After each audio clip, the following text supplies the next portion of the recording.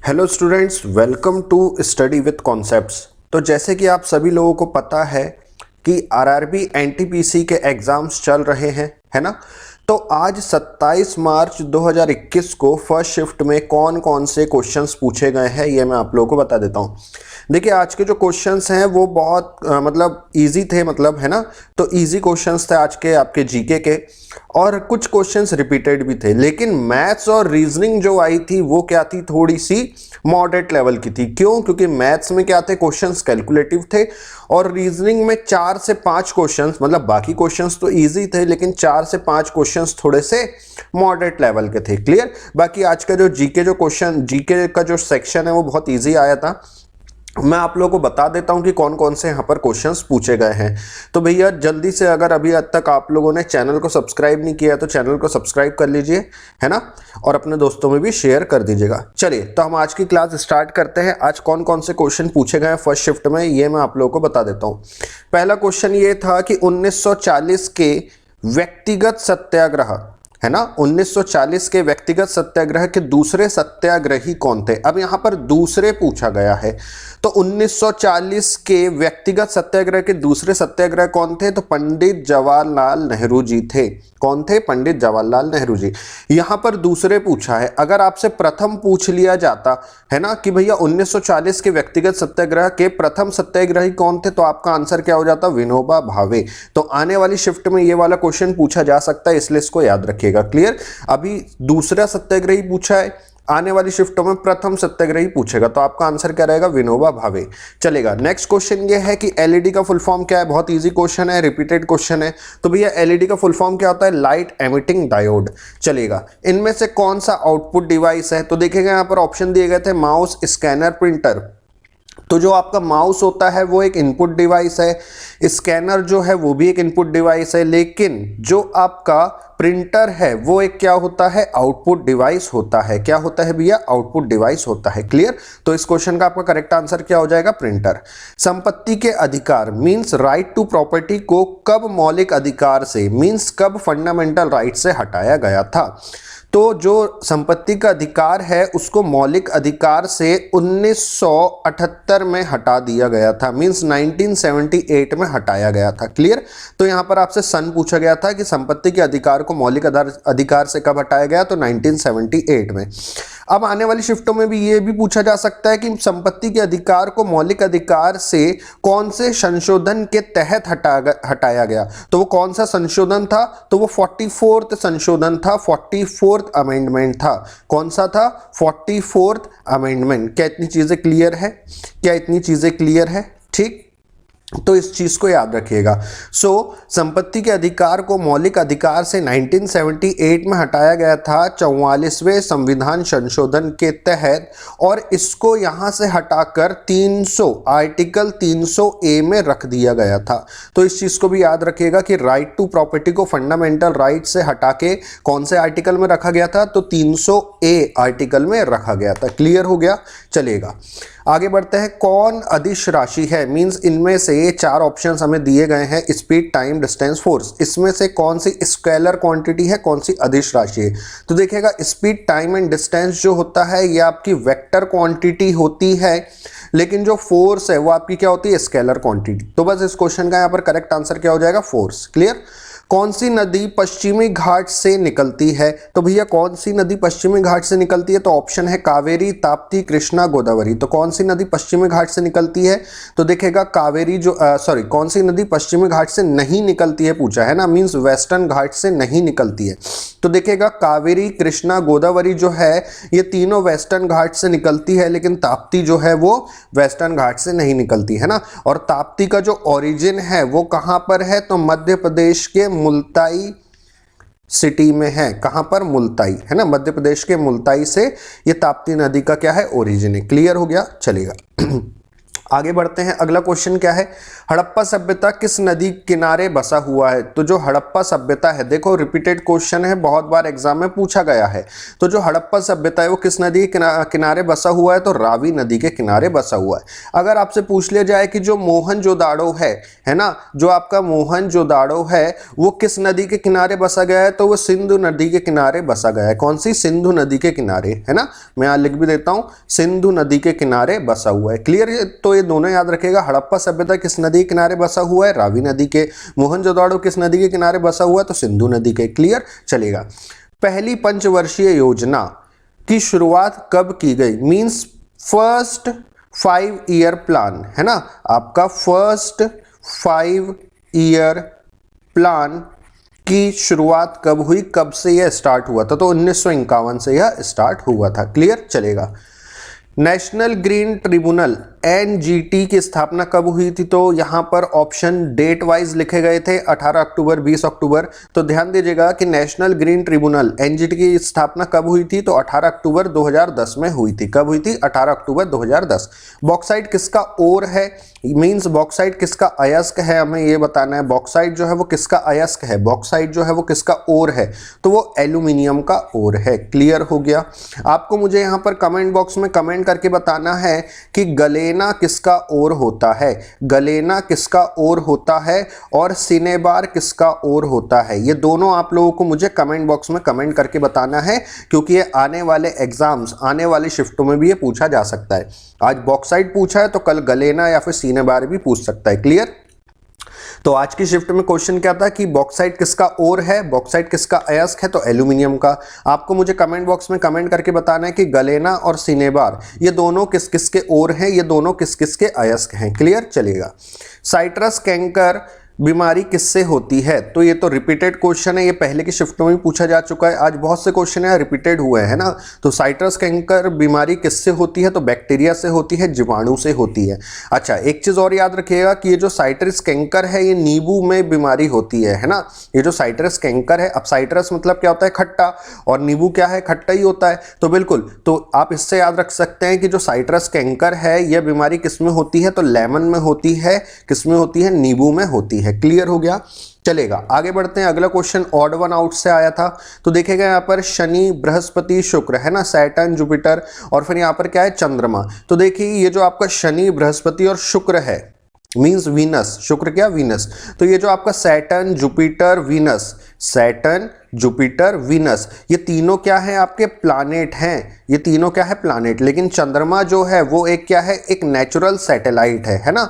तो बिल्कुल यहाँ पर ऑड क्या हो जाएगा, आपका चंद्रमा हो जाएगा, मून हो जाएगा। क्लियर, चलेगा। आगे बढ़ते हैं। हेमावती किसकी सहायक नदी है, तो बहुत अच्छा क्वेश्चन है ये। हेमावती किसकी सहायक नदी है, तो भैया हेमावती जो है वो कावेरी की सहायक नदी है।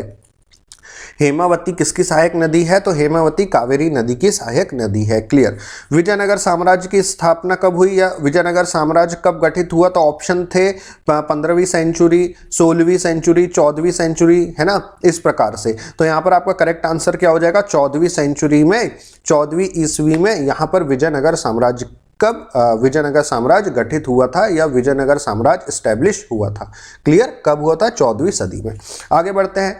91st मींस 91वां ऑस्कर में बेस्ट फिल्म अवार्ड किसे दिया गया, तो यहाँ पर 91st ऑस्कर में बेस्ट फिल्म अवार्ड किसे दिया गया है, तो ग्रीन बुक को दिया गया है। किसको दिया गया है, ग्रीन बुक को। तो मैं इसको यहाँ पर वेरी इंपॉर्टेंट लिख रहा हूँ, आने वाली शिफ्टों में पूछा जा सकता है।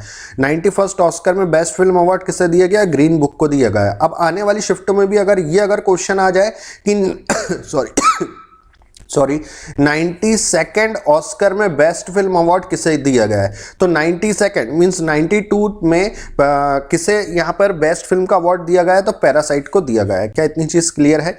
91st पूछ रहा है तो ग्रीन बुक, 92nd पूछ रहा है तो पैरासाइट। क्या इतनी चीजें क्लियर है। ये दोनों क्वेश्चन याद रखिएगा, आने वाली शिफ्टों में भी बिल्कुल पूछा जा सकता है।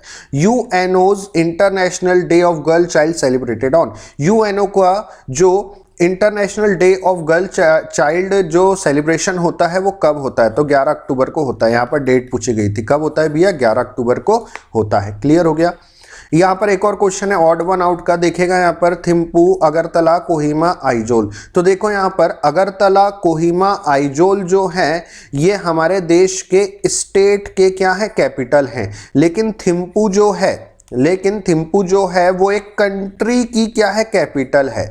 तो बिल्कुल यहां से थिम्पू क्या हो जाएगा, ऑड। अब आपको मुझे यहां पर कमेंट बॉक्स में कमेंट करके बताना है कि थिम्पू किस कंट्री का कैपिटल है या किस कंट्री की कैपिटल है, कौन, थिम्पू। आप लोगों को यहां पर मुझे कमेंट बॉक्स में कमेंट करके बताना है। क्लियर। बैंकों का राष्ट्रीयकरण कब हुआ था, तो भैया 1969 में। ये क्वेश्चन आया है कि बैंकों का राष्ट्रीयकरण कब हुआ था, बैंकों का नेशनलाइजेशन कब हुआ था, ये पूछा है।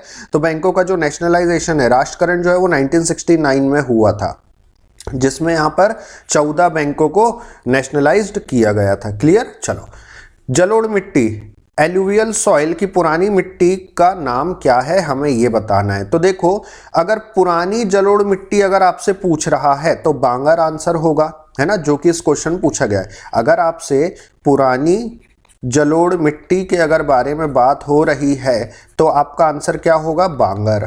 क्लियर। अगर आपसे नई जलोढ़ मिट्टी का नाम पूछ लिया जाए, नई जलोढ़ मिट्टी का नाम पूछ लिया जाए तो क्या होगा, खादर। तो ध्यान रखिएगा, आने वाली शिफ्टों में ये क्वेश्चन पूछा जा सकता है। आज के क्वेश्चन में पुरानी जलोढ़ मिट्टी का नाम पूछ लिया, जो कि क्या है, बांगर, और अब आने वाली शिफ्टों में नई जलोढ़ मिट्टी का नाम पूछ सकता है, जो कि क्या होगा, फिर आपका आंसर खादर। क्लियर। बायोडायवर्सिटी की शुरुआत कब हुई, तो भैया बहुत ईजी क्वेश्चन है, रिपीटेड क्वेश्चन है ये वाला। तो बायोडायवर्सिटी की शुरुआत कब हुई थी, 2004 में हुई थी, 2004 में हुई थी।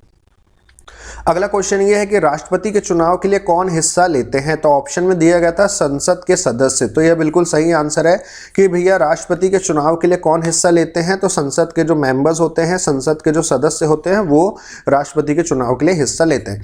तीनों गोलमेज सम्मेलन में मींस जो तीनों ग्राउंड टेबल्स जो हुए थे वहां पर सम्मेलन, उसमें कौन उपस्थित थे, मतलब तीनों गोलमेज सम्मेलन में कौन कौन ने हिस्सा लिया था, कौन उपस्थित थे। तो आपका आंसर क्या होगा, डॉक्टर भीमराव अंबेडकर। क्या आंसर होगा, तीनों गोलमेज सम्मेलन में किसने हिस्सा लिया था, तो डॉक्टर भीमराव अंबेडकर जी ने हिस्सा लिया था। आपसे क्वेश्चन ये पूछा जा सकता है कि महात्मा गांधी ने कौन से गोलमेज, है ना, महात्मा गांधी ने कौन से गोलमेज सम्मेलन में हिस्सा लिया था, तो दूसरे गोलमेज सम्मेलन में हिस्सा लिया था, जो कि 1931 में हुआ था। महात्मा गांधी ने और सरोजनी नायडू, यह दोनों ने दूसरे गोलमेज सम्मेलन में, है ना, महात्मा गांधी ने और सरोजनी नायडू, यह दोनों ने दूसरे गोलमेज सम्मेलन में हिस्सा लिया था, और यह दूसरा गोलमेज सम्मेलन कब हुआ था, 1931 में। क्लियर। चलो, 2020 में ग्लोबल इनोवेशन इंडेक्स में भारत की रैंक क्या है, तो बहुत इजी क्वेश्चन है। तो भैया ग्लोबल इनोवेशन इंडेक्स में भारत की रैंक है 48। Clear. A brief history of time के लेखक कौन है, तो स्टीफन हॉकिंग जी हैं, a brief history of time के। तो बिल्कुल बहुत अच्छा क्वेश्चन है, आने वाली शिफ्टों में पूछा जा सकता है, इसलिए मैं यहाँ पर वेरी इंपॉर्टेंट लगा रहा हूँ। A brief history of time के लेखक कौन है, तो स्टीफन हॉकिंग है। क्लियर। फास्ट ब्रीडर रिएक्टर कहां पर लगाया गया है, तो कलपक्कम में लगाया गया है। बहुत अच्छा क्वेश्चन है, फास्ट ब्रीडर रिएक्टर कहां पर लगाया गया है, कलपक्कम में। सूर्य और पृथ्वी के बीच की दूरी कितनी होती है, तो सूर्य और पृथ्वी के बीच की दूरी होती है 14.96 करोड़ किलोमीटर। 14.96 करोड़ किलोमीटर होती है। किसकी दूरी, सूर्य से पृथ्वी के बीच की दूरी कितनी, 14.96 किलोमीटर। तो ये क्वेश्चन आज पूछा गया था। अगला क्वेश्चन है, भारत में शेक्सपियर किसे कहा जाता है, भारत का शेक्सपियर कौन है भैया बताओ। बहुत इजी क्वेश्चन है, भारत में शेक्सपियर, भारत का शेक्सपियर किसे कहा जाता है, कालिदास जी को कहा जाता है।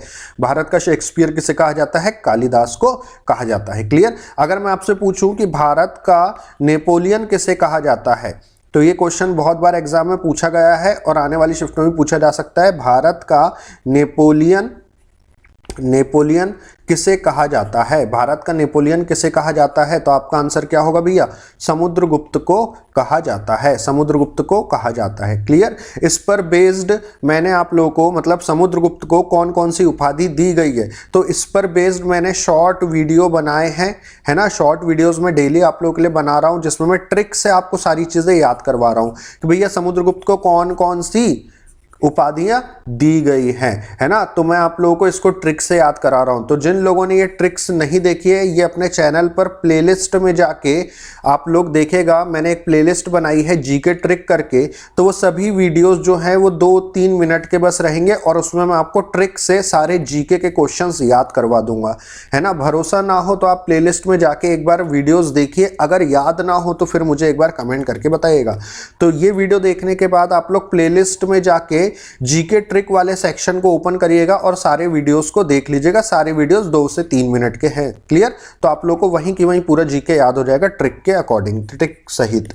अगला क्वेश्चन यह है कि अंतरिक्ष में जाने वाली पहली महिला कौन थी। तो अंतरिक्ष में जाने वाली, देखो अब दुनिया से अंतरिक्ष में जाने वाली पहली महिला कौन थी, तो वैलेंटीना तेरेस्कोवा। अगर भारत से पूछा जाता कि भारत से अंतरिक्ष में जाने वाली पहली महिला कौन थी, तो आपका आंसर क्या होता, कल्पना चावला, क्लियर।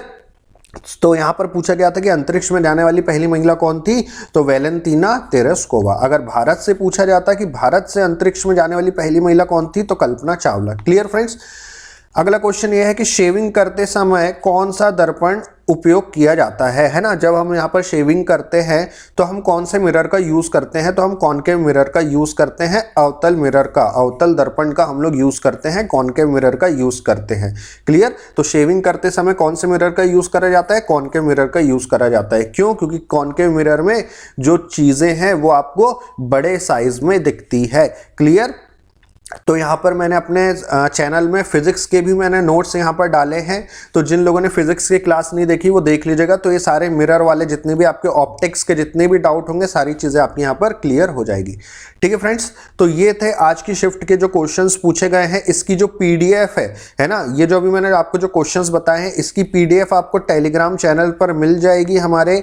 और टेलीग्राम चैनल की जो लिंक है वो हमारे डिस्क्रिप्शन बॉक्स में दी गई है, क्लियर। तो जल्दी से एक बार डिस्क्रिप्शन बॉक्स को आप ओपन करिए और नीचे दी गई टेलीग्राम चैनल की लिंक को आप लोग क्लिक करके टेलीग्राम चैनल ज्वाइन कर लीजिए, वहां पर आपको इसकी पीडीएफ मिल जाएगी, ठीक है फ्रेंड्स। चलो, अगर क्लास अगर अच्छी लगी हो तो भैया लाइक करिएगा, अपने दोस्तों में शेयर करिएगा इस वीडियो को, कमेंट करके बताइएगा कि आप लोगों ने आज की शिफ्ट में अगर किसी का एग्जाम होगा तो उसने कितने क्वेश्चन अटेम्प्ट करे हैं और कौन कौन से क्वेश्चन और आए थे जो मैं यहाँ पर नहीं बताया हूँ, है ना। तो वो भी आप लोग कमेंट करके बता सकते हैं। और मैंने आप लोगों को जो अभी होमवर्क दिया है, मैंने आप लोगों से जो क्वेश्चन पूछा है कि भैया कमेंट बॉक्स में कमेंट करके बताइएगा, उनका भी आंसर आपको कमेंट सेक्शन में देना है, क्लियर। चलिए, अगर अभी तक अगर आप लोगों ने चैनल को सब्सक्राइब नहीं किया है तो भैया जल्दी से आप लोग चैनल को सब्सक्राइब कर लीजिएगा और अपने दोस्तों को भी शेयर कर दीजिएगा और उन्हें भी सब्सक्राइब करने को कह दीजिएगा, ठीक है फ्रेंड्स। चलिए, तो आज के लिए हम लोग इतना रखते हैं, मिलते हैं नेक्स्ट वीडियो में। जब तक के लिए बाय बाय, टेक केयर।